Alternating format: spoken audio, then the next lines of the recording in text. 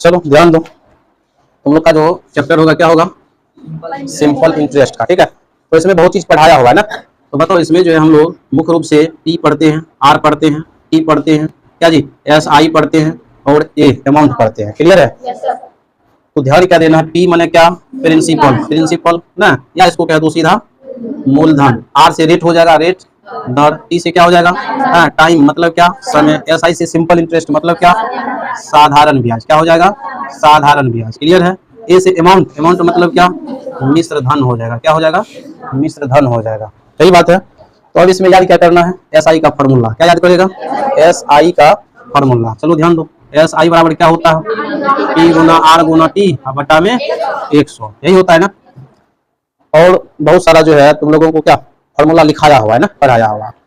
ठीक है, तो इसमें जो है समस्या क्या नंबर में है, 10 नंबर में। क्या नंबर मेरे, 10 नंबर में। देखो 10 नंबर का सवाल कह रहा है कि राजेश रस्तोगी, सवाल हम क्या करें, लिख दें, छोड़ देते हैं, खाली पढ़ देते हैं क्या। तो राजेश रस्तोगी ने मकान बनवाने के लिए 32,000 रुपया किसी बैंक से, 32,000 रुपया किसी बैंक से। तो यहीं पर हम क्या करेंगे, पी नहीं लिख लेंगे, पी बराबर कितने हो जाएगा, 32,000 हो जाएगा। क्लियर है? 12.1/4% वार्षिक दर से, 12.1/4% क्या, वार्षिक दर से। तो दर क्या, आर होता है, तो इसको क्या लिखेगा, 12×24 बच्चों का 48 1 49 बटे क्या होगा 4%, यही नहीं होगा।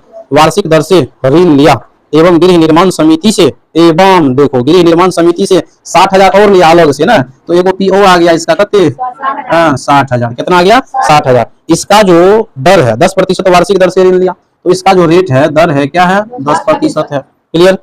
तो 4 वर्ष के बाद, 4 वर्ष बाद कुल कितने रुपए लौटाने होंगे, 4 वर्ष बाद। अच्छा टाइम जो दिया है, टाइम वह क्या है, 4 वर्ष है। टाइम क्या है, 4 वर्ष है। दोनों का एक ही टाइम है कि नहीं है? ठीक है, समझ रहा है कि नहीं समझ रहा है? चलो तो अब क्या निकालना है, कितना रुपया लौटाना होगा, मतलब क्या, ये अमाउंट मिश्रधन ना लौटाएगा नहीं, तो हमें पहले क्या निकालना होगा, एस आई निकालना होगा। तो चलो पहले इसका एगो का एस आई निकालते हैं। ठीक है, तो चलो एगो का एस आई क्या हो जाएगा, 32,000 गुना क्या हो जाएगा, 49/4 गुना 4, पी हो गया, आर हो गया, टी हो गया। क्लियर है? अब देखो परसेंटेज इसमें लगल है, तो इसका क्या लिखेगा। अच्छा इसके नीचे में जब हम 100 लिखेंगे, लिखेंगे कि नहीं लिखेंगे, तो उसको डायरेक्ट यहाँ पे लिख देते हैं, उल्टा करके लिखाएगा, 1 बटे क्या हो जाएगा 100 हो जाएगा। होगा कि नहीं होगा बताओ, 4 4 कटा, 2 को 0 कटा, नीचे साफ हो गया, नीचे साफ हो गया। अब इसको गुना करेगा, 32 और 49 है, कहते हैं 32 49, इसको गुना करो, 9 दूनी 18 का 8 हासिल 1, 9 तिया 27, 4 दूनी 8, कितने हो गया 27 8, अरे 27 8 35 1, 36 का 6 हासिल 3, 4 तिया 12 3 15, सुनो बचल है एगो सुनना। तो ये क्या निकला, ये बताओ। तो एस आई जो है पहला का कितने आया, 15,680, 15,680।